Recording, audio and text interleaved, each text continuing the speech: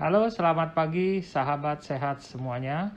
Assalamualaikum warahmatullahi wabarakatuh. Perkenalkan, saya Dr. M. Yunir. Saya seorang dokter spesialis penyakit dalam, konsultan endokrin, metabolik, dan diabetes. Hari ini saya akan memberikan kuliah online melalui WhatsApp atau yang dikenal dengan Kulwap. Perlu sahabat sehat ketahui, kadar gula darah yang tinggi dapat menyebabkan timbulnya risiko pada diabetes. Apalagi di era COVID-19 ini, di mana menjadi tantangan tersendiri untuk menjaga kadar gula darah. Nah, kita akan bahas materinya mengenai gula darah terjaga, turunkan risiko komplikasi stroke pada diabetes. Setelah membaca dan mendengarkan materi ini, sahabat sehat bisa mengajukan pertanyaan via WhatsApp di dalam grup ini ya. Ya, sahabat sehat, jadi kalau kita perhatikan saat ini kita sebenarnya selain menghadapi pandemi COVID-19, kita juga sudah menghadapi pandemi diabetes. Di Indonesia saat ini diperkirakan ada sekitar 10,9% penderita diabetes di antara penduduk di atas 15 tahun. Angka ini meningkat dibandingkan dari tahun 2007 sampai 2018 ini dari 5,7, 6,9 dan terakhir tahun 2018 ini menjadi 10,9%. Jadi kondisi peningkatan pasien diabetes di Indonesia ini sebenarnya seiring dengan peningkatan kejadian-kejadian atau prevalensi overweight, obesitas, sentral obesitas atau kegemukan di perut serta penyakit hipertensi. Sahabat sehat sekalian, peningkatan jumlah pasien diabetes baik di Indonesia maupun di seluruh dunia itu ternyata tidak seiring dengan peningkatan pengetahuan mereka terhadap penyakit diabetes itu sendiri.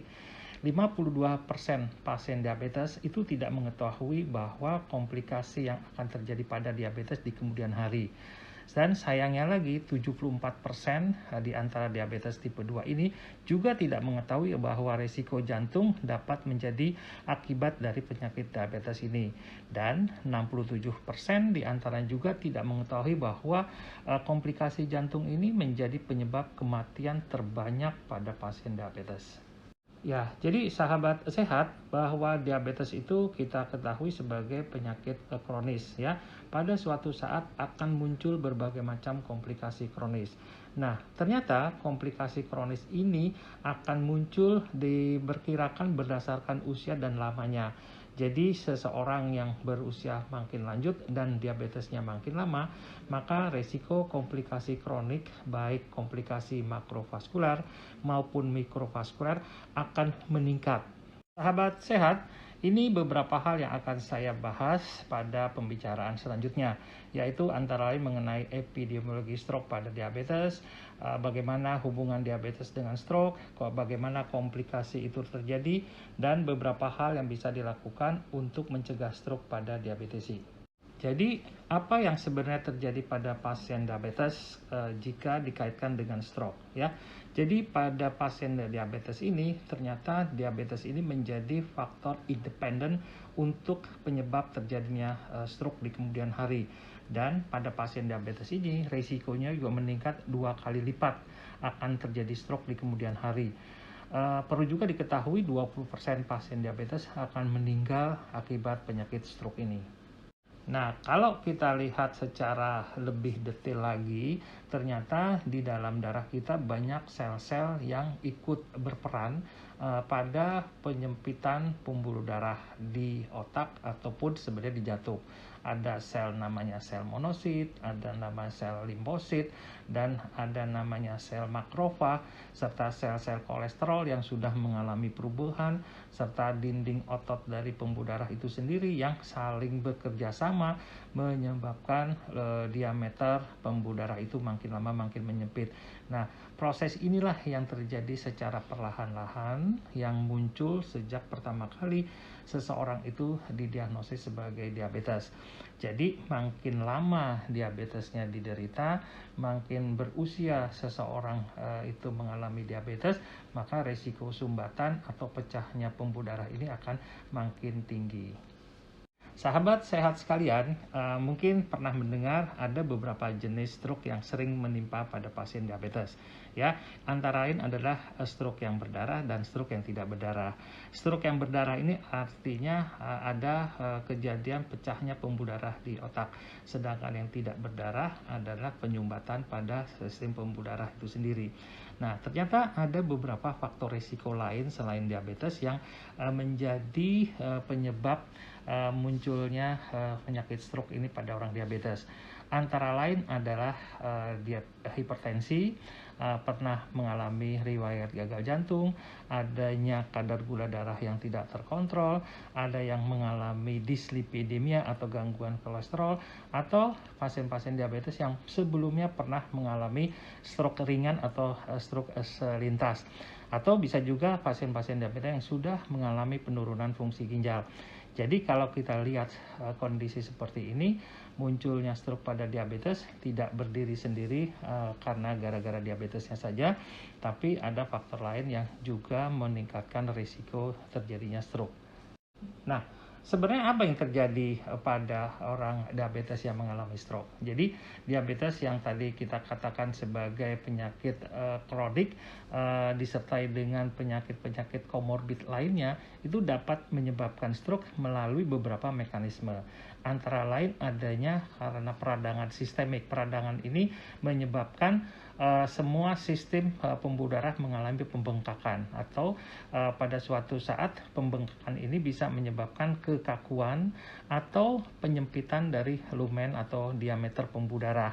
Selain itu juga ada kerusakan pada dinding pembuluh darah yang kita sebut sebagai disfungsi endotel, yang secara keseluruhan disertai dengan faktor risiko yang tadi saya sampaikan dapat menyebabkan pengerasan dari dinding pembuluh darah. Nah, apa yang terjadi?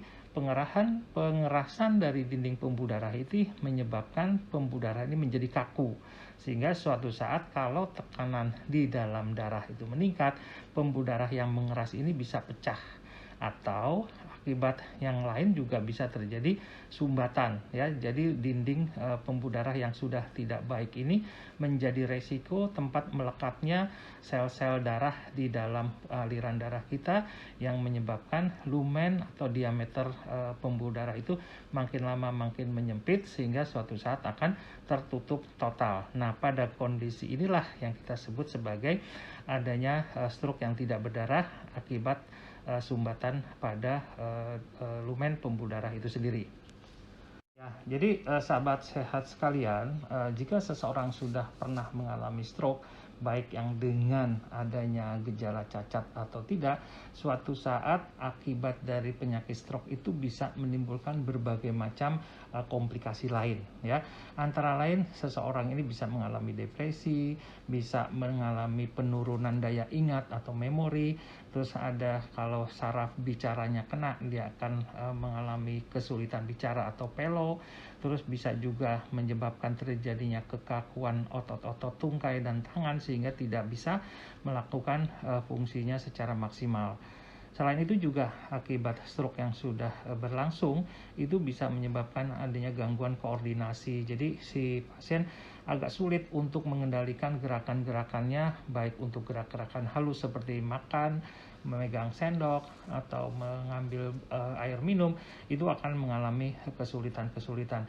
Inilah yang hal-hal yang perlu diperhatikan jika kita akan mengalami diabetes yang tidak kita kendalikan, dapat menyebabkan berbagai komplikasi yang sangat menyakitkan.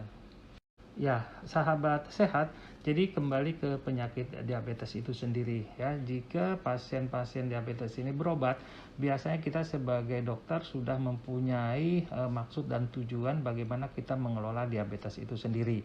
Yang pertama adalah untuk mengurangi keluhan-keluhan, yaitu sebagai tujuan jangka pendek, menghilangkan keluhan-keluhan yang sering timbul pada pasien diabetes seperti adanya banyak kencing, banyak minum, terus adanya semutan, dan beberapa hal yang sering mengganggu pada pasien-pasien yang diabetes yang baru ketahuan.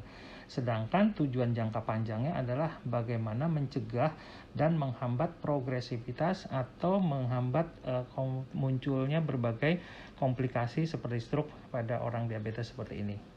Ya, sahabat sehat sekalian, bahwa pengendalian gula darah atau pengendalian kita sebut namanya HbA1c itu bisa menurunkan berbagai macam komplikasi kronik ya. Bahwa penurunan HbA1c sebesar 1% saja, umpamanya di awal kita HbA1-nya 9 turun menjadi 8, berarti resiko terjadinya stroke akan turun sekitar 12%. Tetapi kalau dilihat komplikasi yang lain seperti angka kematian itu bisa turun 14%. Terus kematian akibat diabetes itu sendiri bisa turun 21%. Terus resiko terjadinya gangguan pembuluh darah di ginjal juga akan menurun sampai sekitar 37%. Di kaki bisa turun sampai 43%. Artinya, kalau kita disiplin mengendalikan gula darah kita dengan mengetatkan pencapaian HbA1c, berarti berbagai macam risiko yang tadi sudah saya sampaikan akan turun semua, sehingga kita dapat hidup dengan nyaman tanpa takut walaupun kita menderita diabetes. Nah, sahabat sehat sekalian, sebagai penutup dari cerita saya, ada beberapa kesimpulan yang perlu kita bawa pulang ya. Kita ingat bahwa satu, diabetes itu merupakan faktor risiko yang independen yang dapat dimodifikasi untuk menjadi stroke di kemudian hari. Pengelolaan diabetes mellitus sejak dini perlu dilakukan untuk mencegah komplikasi vaskuler, termasuk komplikasi stroke ini sendiri. Stroke sendiri dapat meningkatkan morbiditas dan mortalitas. Pencegahan stroke pada diabetesi dapat dilakukan dengan beberapa cara, antara lain melakukan pengontrolan gula darah, pengontrolan tekanan darah, pengendalian kadar kolesterol, melakukan pengelolaan berat badan, dan menggunakan pengencer darah. Jadi dari hal-hal yang sudah saya sampaikan tadi, ini adalah hasil yang perlu kita ingat sepanjang hari selama kita hidup, selama kita menggunakan obat-obatan dan kita melakukan aktivitas sehari-hari. Dengan demikian, kita dapat mengurangi risiko terjadinya stroke di kemudian hari. Terima kasih. Assalamualaikum warahmatullahi wabarakatuh.